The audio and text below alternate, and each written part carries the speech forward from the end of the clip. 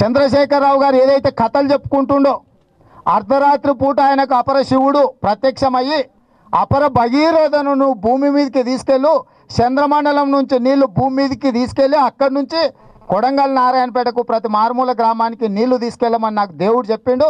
అందుకే దీనికి మిషన్ భగీరథ పేరు పెడుతున్నా అని కథలు చెప్పుకున్నాడు చంద్రశేఖరరావు. దుర్మార్గుడివి నువ్వు, నీకు రాజకీయ ప్రయోజనం తప్ప ప్రయోజనం లేదు.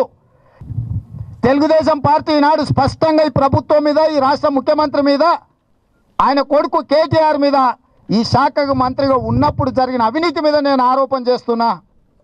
2011లో ఉమ్మడి రాష్ట్రంలో ఆంధ్ర పాలకులను మెడలు వంచి తెచ్చుకున్న పథకాన్ని తెలంగాణ రాష్ట్రం వచ్చిన తర్వాత దుర్మార్గులైన తండ్రి కొడుకుల చేతిలో పడి పథకం ఆగిపోయింది.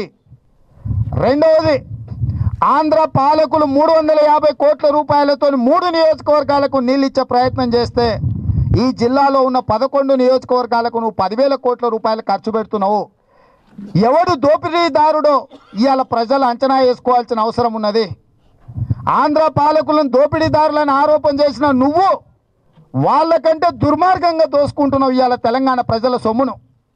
ఇవాళ తెలంగాణ ప్రజల పరిస్థితి పెన్నం మీద నుంచి పోయి పొయ్యిల పడ్డట్టు అయింది.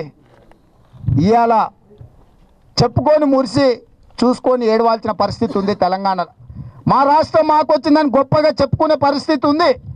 కానీ వచ్చిన రాష్ట్రంలో మనోడే దోపిడీ చేస్తున్నాడు, మనోడే పథకాలను అడ్డుకుంటున్నాడు, మనోడే ప్రజల్ని ఎండబెడుతున్నాడని చూసుకొని ఏడవాల్సిన పరిస్థితి ఇవాళ తెలంగాణ రాష్ట్రంలో మహబూబ్ నగర్ జిల్లాలో ఉన్నది.